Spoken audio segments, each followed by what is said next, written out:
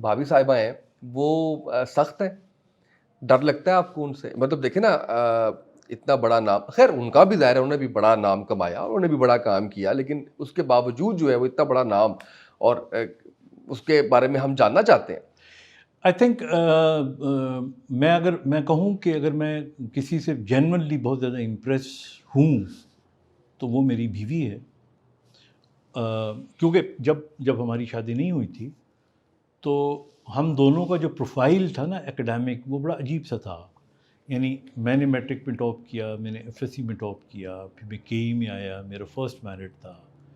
اس نے F A میں top کیا, اس نے بی اے میں پوری پنجاب یونیورسٹی میں ٹاپ کیا, پھر اس نے ایم بی اے میں ٹاپ کیا. اچھا, میں اپنی طرف سے بیسٹ ڈبیٹر ہوا کرتا تھا, وہ اپنی طرف سے بیسٹ ڈبیٹر ہوتی تھی. ہم دونوں نے آل پاکستان جیتے ہوئے ہیں.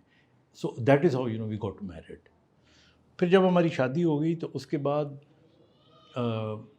ہم نے پھر جس طرح بچے پالنے شروع کر دیے, تو اس نے اپنے کریئر کو, حالانکہ وہ جاب کرتی رہی لیکن کریئر کو سٹیک پہ لگا کے بچوں کو پالا, اور مجھے ایک اوپن فیلڈ دی. اور کیونکہ میرا جو کانسیپٹ ہے نا, اگر آپ پوچھیں تو میں آپ کو بتاؤں, میرا جو کانسیپٹ ہے نا ترقی کا, وہ سٹیٹس نہیں ہے, نہ وہ دولت ہے, نہ وہ پیسے ہیں. میرا ترقی کا یا میرا اور میری بیوی کا, ہمارا جو کانسیپٹ ہے نا ترقی کا, کہ کامیابی کا, وہ یہ ہے کہ جو ہم نے گول ذہن میں رکھا تھا وہ ہم نے پورا کیا یا نہیں کیا. کیونکہ اس گول کا کوئی کمپیریزن نہیں ہوتا. I want to become this and I become this. ورنہ آپ کمپیٹیٹو اگر ہو جائیں نا, تو جس کے پاس کروڑوں ہیں وہ اربوں سے نیچے ہے, جس کے پاس اربوں روپے ہیں وہ خربوں سے نیچے ہے. کوئی منسٹر بن گیا تو پرائم منسٹر نہیں بن سکا. لیکن اصل جو چیز ہوتی ہے satisfaction. So we wanted to raise our children. میرا بڑا بیٹا ماشاء اللہ ہی از اے میڈیکل کنسلٹنٹ ان امریکہ. میری اس سے چھوٹی بیٹی جو ہے شی از اے کارڈیالوجسٹ, وہ کیمبرج میں ہے. اس سے جو چھوٹی بیٹی ہے شی از ان انٹرنل میڈیسن. اور جو سب سے بڑی بیٹی ہے وہ آپ کی طرح اینکر ہے. جی ماشاء اللہ, بالکل آپ جانتے ہیں. بالکل جانتے تو ہیں, آئی بہت اچھی تھنک طرح. دس از واٹ وی, اور اس میں سارا کنٹریبیوشن میری بیوی کا ہے. زبردست. ڈاکٹر صاحب آپ دماغ کے ڈاکٹر ہیں, آپ جانتے ہیں سارا کچھ. مجھے بھی 13 سال ہو گئے ہیں, میں الیکٹرانک میڈیا میں ہوں. شیخ رشید کو میں نے کہہ دیا کہ جناب آپ کیسے, آپ نے یہ کہا ہے کہ آپ وزیر اعظم کے کینڈیڈیٹ نہیں رہے, آپ رہے ہوئے. انہوں نے کہا ہاں میرے سے غلط. سوال میرا یہ تھا, بھابھی صاحبہ سے ڈرتے ہیں؟ سخت ہے وہ, آپ جتنا بڑی مجھے گھما لیں, میں آپ کو وہاں پہ لے کے آؤں گا. نہیں, اس کی اگر ہم دونوں کا مقابلہ کیا جائے تو وہ سخت ہے. صحیح ہے, وہ جو ہے وہ شی از مور ڈسپلنڈ. اچھا یہ جب آپ ٹی وی جایا کرتے تھے, کبھی ایسا ہوا کہ کوئی خاتون موٹیویشن ہو آپ کی کہ اچھا یار چلو ان سے بھی ملاقات ہو جائے گی ایسے؟ یہی موٹیویشن تھی نا. آپ کو پتہ ہے she was a news anchor. اچھا نہیں, my wife was a news anchor. Okay, and that is where I met her. اچھا بالکل صحیح. تو یہ آپ کی سب سے بڑی موٹیویشن ہی یہ وہی تھی, تبھی تو ہم نے. کیا بات ہے سر, بس پھر تو جو ہے وہ.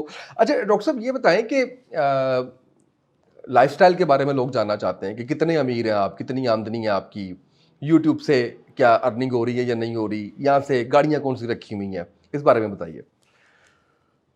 آپ کو پتہ یہ کچھ ڈیجیٹل چینلز کا پورا ایک سیگمنٹ ہے یہ والا, جس کے اندر وہ پوچھتے ہیں, جس میں وہ اتنا بڑا تھمبنیل لگاتے ہیں, جانیے ڈاکٹر خالد جمیل یوٹیوب سے کتنے پیسے کما رہے ہیں, جانیے ڈاکٹر خالد جمیل کی ماہانہ آمدنی کتنی ہے, گاڑی کون سی رکھی ہوئی ہے.